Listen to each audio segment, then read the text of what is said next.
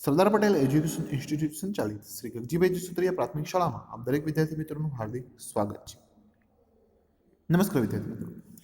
ધોરણ 7ની અંદર પ્રકરણ 5માં આજે પેજ નંબર 62માં મોડેમથી શરૂઆત કરવાની છે. ગયા લેક્ચરની અંદર આપણે સેટેલાઇટથી સમજ્યા હતા અને એવું કીધું હતું કે મોડેમથી આવતા પછીના લેક્ચરમાં શરૂઆત કરશું.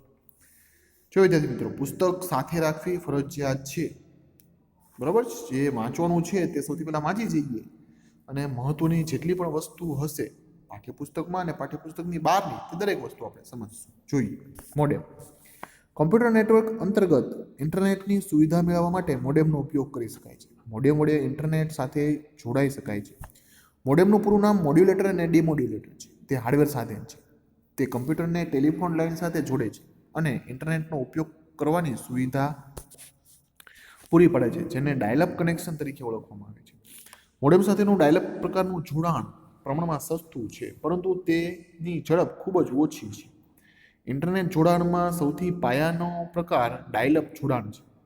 તે ડિજિટલ સિગ્નલને એનાલોગ સિગ્નલમાં અને એનાલોગ સિગ્નલને ડિજિટલ સિગ્નલમાં ફેરવવાનું કાર્ય કરે છે. તે સીપીયુની અંદર ફિટ કરી શકાય તેવા ઇન્ટરનલ સ્વરૂપે અને બહારથી જોડી શકાય તેવા એક્સટર્નલ સ્વરૂપે ઉપલબ્ધ છે. જો વિદ્યાર્થી મિત્રો, સૌથી મહત્વની વસ્તુ મોડેમનો ઉપયોગ ઇન્ટરનેટના જોડાણ માટે થાય છે. બીજી વસ્તુ, મોડેમ જે છે, બરાબર છે, તેનું પૂરું નામ મોડ્યુલેટર અને ડિમોડ્યુલેટર છે. ત્રીજી વસ્તુ, મોડેમ તમે સીપીયુની અંદર પણ જોડી શકો અને બહાર પણ જોડી શકો. સૌથી પહેલાં પાયાની વસ્તુ તે ડાયલ-અપ કનેક્શન છે, મતલબ જોડવું પડે, ઓટોમેટિક ન જોડાઈ જાય. આગળ, હવે જે વસ્તુ પ્રમાણમાં સસ્તી હોય તેની ગુણવત્તા થોડી ઓછી રહે એવી શક્યતા હંમેશા બને. કાયમ બને એવું જરૂરી નથી, બરાબર છે, પણ તેવી શક્યતા વધારે વહી જાય. હવે મોડેમનું કાર્ય શું? તો તે એનાલોગ અને ડિજિટલ સિગ્નલને એકબીજામાં ટ્રાન્સફર કરે. એનાલોગ સિગ્નલને તો કે ડિજિટલ સિગ્નલમાં ટ્રાન્સફર કરે અને ડિજિટલ સિગ્નલને એનાલોગ સિગ્નલમાં ટ્રાન્સફર કરે. મોબાઈલની અંદર જે સિગ્નલ આવે એ કમ્પ્યુટર સમજી ન શકે. તેને કમ્પ્યુટરની ભાષાની બીએસએનએલની લાઈન હોય, બીએસએનએલ પણ નહીં, લેન્ડલાઇન હોય. નહીતર આપણને એવું થાય બીએસએનએલની જાહેરાત કરીએ છીએ. લેન્ડલાઇન જેટલી પણ હોય, કોઈ પણ કંપનીની તમે લઈ લો, તેના સિગ્નલ કમ્પ્યુટર સમજી શકતું નથી. તે સિગ્નલને કમ્પ્યુટર સમજી શકે તે સિગ્નલમાં ટ્રાન્સફર કરવા માટે મોડેમનો ઉપયોગ થાય છે. ત્યારબાદ છે રાઉટર.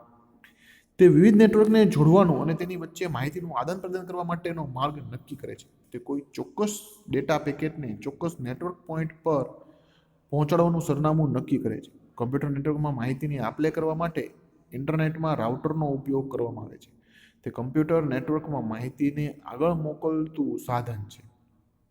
તે ઓછામાં ઓછા 2 નેટવર્ક સાથે જોડાયેલું હોય છે. જો વિદ્યાર્થી મિત્રો, રાઉટર એવી વસ્તુ કે ભાઈ ઘણા બધા કમ્પ્યુટર નેટનો ઉપયોગ કરવો હોય તો રાઉટરનો ઉપયોગ થાય.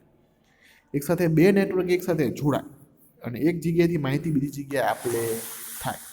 મોડેમ જેવું કામ ન કહી શકાય, પણ એકમાંથી ઘણું બધું કામ થઈ શકે.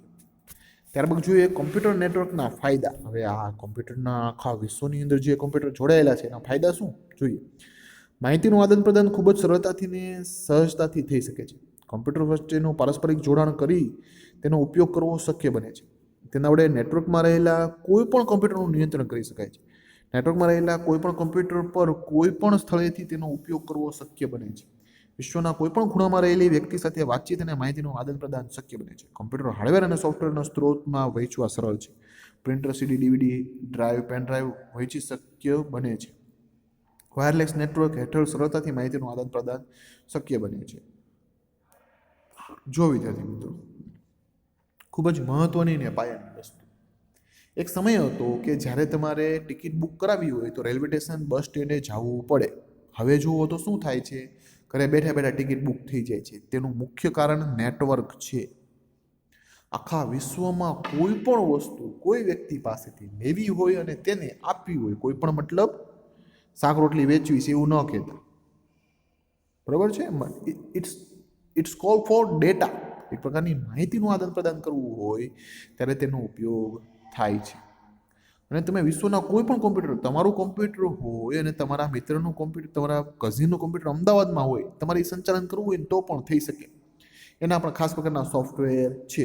ડાયરેક્ટ એનામાંથી કોઈ પણ પ્રોગ્રામ તમે ડાયરેક્ટ લઈ શકો. આવું દરેક વસ્તુ તેમાં શક્ય બને છે.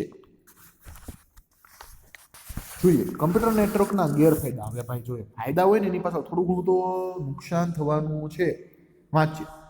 વિવિધ કમ્પ્યુટર નેટવર્કમાં જોડવા અને તેની રચના કરવા માટે ઘણો ખર્ચ કરવો પડે છે.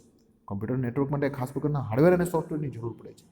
કમ્પ્યુટર નેટવર્કમાં રહેલા એક કમ્પ્યુટરમાં વાયરસ આવી જાય તો અન્ય કમ્પ્યુટરમાં વાયરસ આવી જવાની શક્યતા રહે છે. વાયરલેસ પ્રકારના નેટવર્ક હેઠળ માહિતી ચોરાઈ જવાની શક્યતા છે. કમ્પ્યુટર નેટવર્ક હેઠળ સુરક્ષાને લગતા અનેક પ્રશ્નો ઉદ્ભવતું હોય છે. જો વિદ્યાર્થી મિત્રો મહત્વની અને પાયાની વસ્તુ નેટવર્કની અંદર ખાસ પ્રકારના હાર્ડવેર અને સોફ્ટવેરની જરૂર પડે, ખર્ચો કરવો પડે. બરાબર છે. હવે વધારે સુવિધા હોય એમાં થોડું ઘણું નુકસાન રહે. વાયરસ એક કમ્પ્યુટરમાં વાયરસ આવી ગયો એટલે સમજી લેવાનું બધા કમ્પ્યુટરમાં વાયરસ આવવાની શક્યતા રહી જાય. બરાબર છે. એમાંય જો વાયરલેસ હોય ગમે ત્યાં ગમે નેટવર્કમાં વાઈફાઈ સાથે કોઈ સાથે જોડાઈ ન જવું, ભૂલથી જોડાઈ ગયા મોબાઈલમાંથી બધા પાસવર્ડ ને બધું લઈ લે અને પપ્પાના કે મમ્મીના મોબાઈલમાં જે કાંઈ પૈસા હોય એ બધા ઉપાડી લે, મતલબ અનઓથોરાઇઝ. અજાણ્યા નેટવર્ક સાથે વાઈફાઈ સાથે કનેક્ટ ન થવું એની અંદર ગેરફાયદો વાયરસ આવવાનો અને ડેટા ચોરાવવાનો મહત્વનો છે. હવે પછીના પ્રકરણની અંદર આપણે નવા પ્રકરણથી શરૂઆત કરશું. આભાર બાળ મિત્રો. ઘરે રહો, સુરક્ષિત રહો.